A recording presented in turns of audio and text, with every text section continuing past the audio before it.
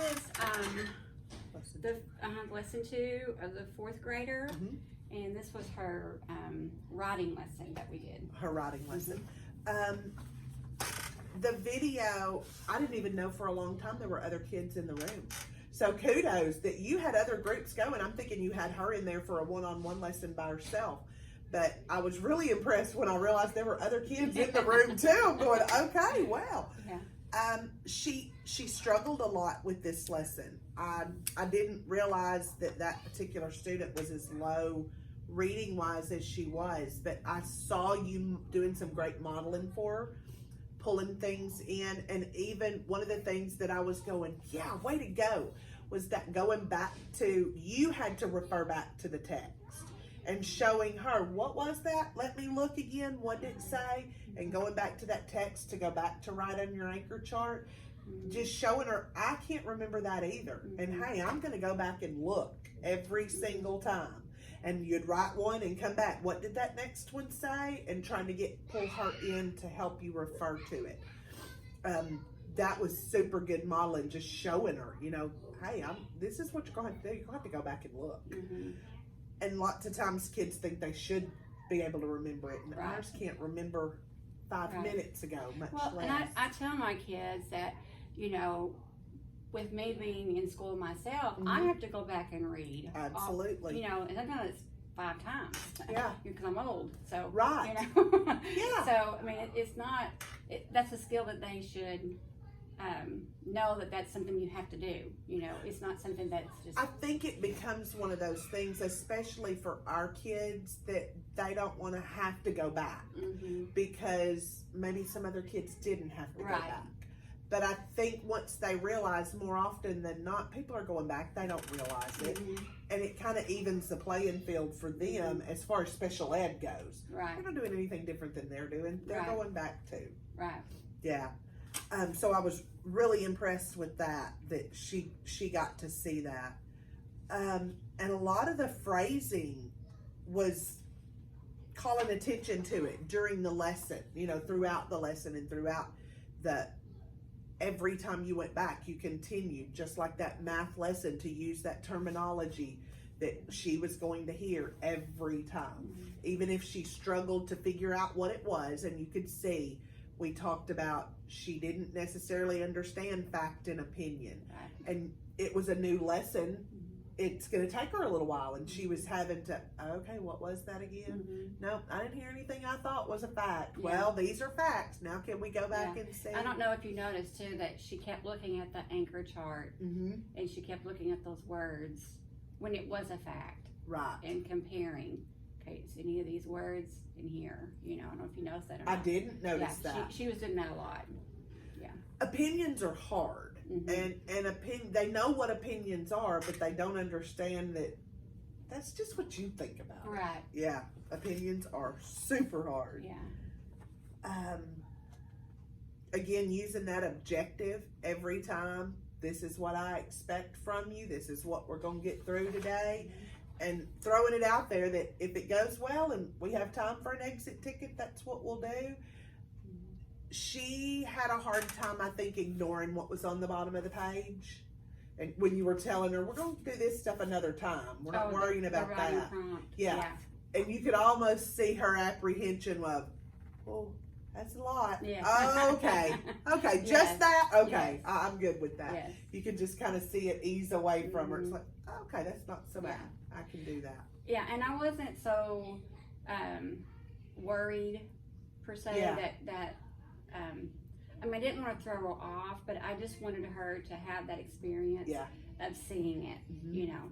So, and I did that because I saw that she was struggling so much. We did that together, you know, because and that's a lot of it too, especially in here, is seeing that you might have thought she would have done better on that. She was ready for that, but then when you got in there and it was a day she wasn't ready for that day. She might have been the day before.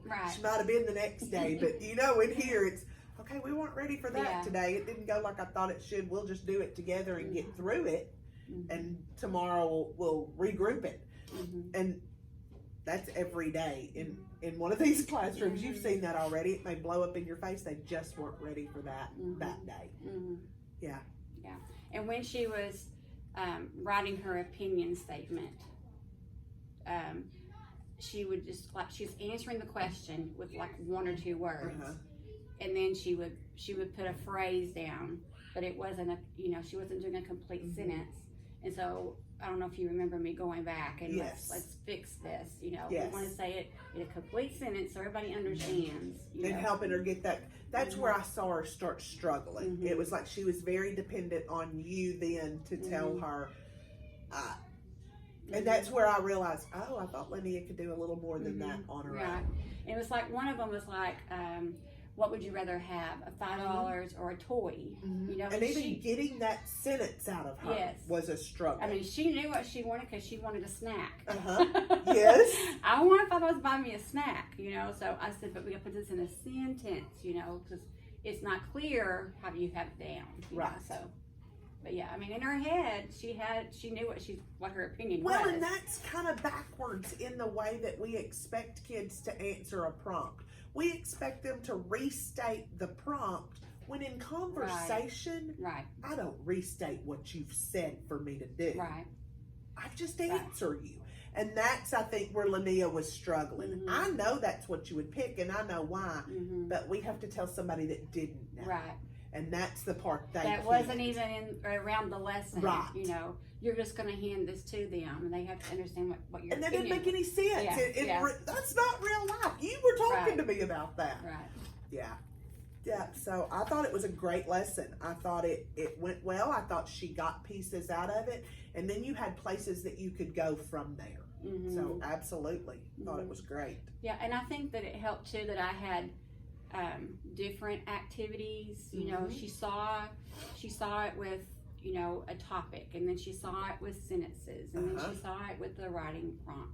She saw different ways of how that you could view an opinion, in different activities and stuff. So I thought that kind of helped her. Sure. It gave her a little bit more practice. Well, and different applications for it. If I can see, that's not just one application. If I can see that applied to real life. Right. Do you have an opinion? Which is better? Wendy's or McDonald's? They've got an opinion. Right. They don't know that's an opinion. Yeah. No, McDonald's is better. Well, I don't like McDonald's. Yes. Yeah. Right. Yep. So good job on that one. Okay. I didn't write down any notes.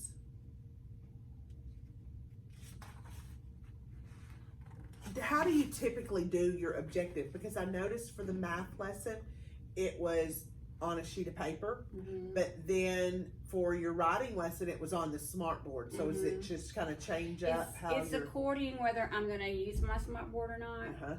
Yeah, because if you're going to use it, you can't afford to have your objective taking up that place and having to take it down. Right. So that one I knew I wasn't going to use my smartboard.